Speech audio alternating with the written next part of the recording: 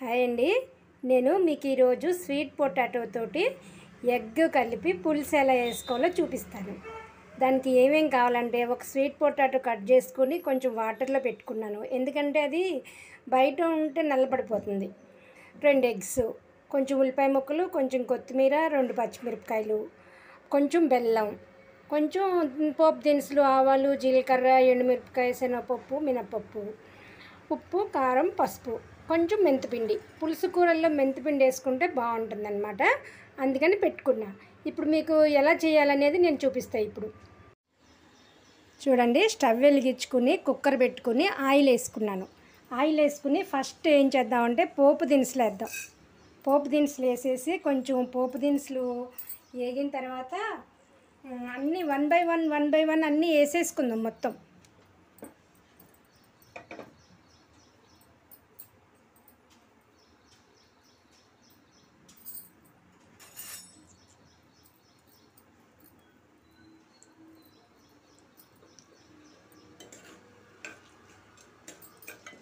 పోపు దినుసులు వేగుతున్నాయండి, కొంచెం టైం పట్టింది వేడెక్కడానికి.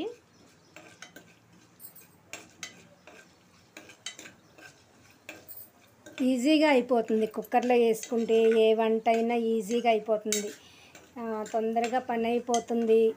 మీరు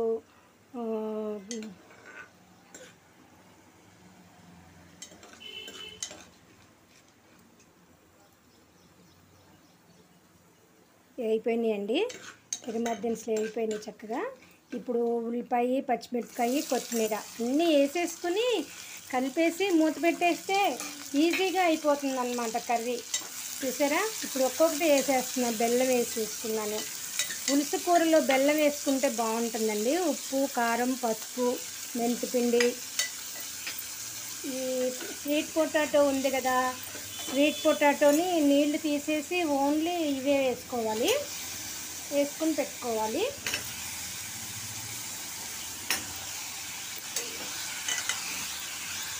ఒకసారి అంతా కలిపేసుకుని, నేను మీకు చింతపండు చెప్పడం మర్చిపోయానండి ఇందాక వీడియోలో. చింతపండు ఒక నిమ్మకాయ సైజు చింతపండు నేను జ్యూస్ చేసుకొని పెట్టుకున్నాను అన్నమాట, పులుసు. ఇదిగోండి, ఇలా పోసేసుకోండి. పోసేసుకుని కొంచెం నీళ్ళు పోసుకోండి. ఇంకా కొంచెం ఓకే. కుక్కర్లో పులుసు కూరలు వండేటప్పుడు నీళ్ళు ఓకే పొయ్యక్కర్లేదు, ఇలా ఉంటే సరిపోతుంది. ఇప్పుడు ఏం చేద్దామంటే ఎగ్స్ కూడా ఉడకపెట్టుకున్నాం కదా, ఎగ్స్ని చిన్నగా ఘాట్లు పెట్టుకుందాం.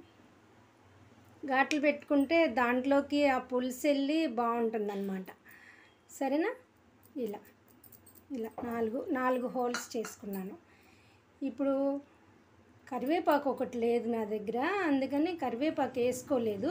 కరివేపాకు ఉంటే కరివేపాకు కూడా వేసుకోండి. ఫినిష్, కర్రీ అయిపోయినట్టే, ఆల్మోస్ట్ అయిపోయినట్టే. ఇప్పుడు కుక్కర్ మూత పెట్టేసి ఒక్క విజిల్ రానివ్వండి. ఒక్కటే సరిపోతుంది, స్వీట్ పొటాటో తొందరగా ఉడికిపోతుంది, అందుకని ఒక్కటే విజిల్. సరేనా? మూత పెట్టేసుకుందాం. విజిల్ వచ్చిన తర్వాత ఓపెన్ చేసి నేను మీకు చూపిస్తాను. 2 విజిల్స్ రానివ్వండి.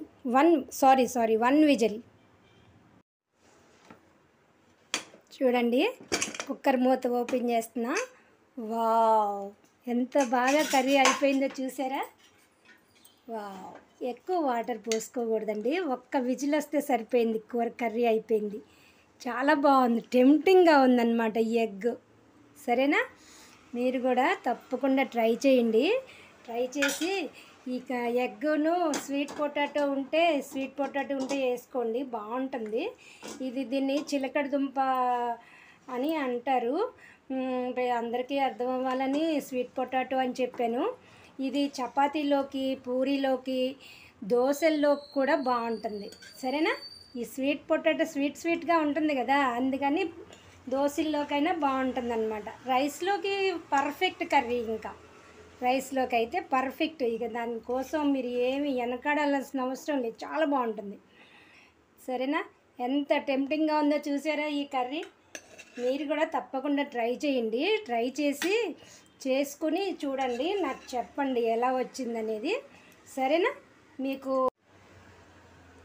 మీకు ఈ కర్రీ నచ్చినట్టయితే నాకు లైక్స్ ఇవ్వండి, షేర్ చేయండి, సబ్స్క్రైబ్ చేయండి. సరేనా? మరి బాయ్.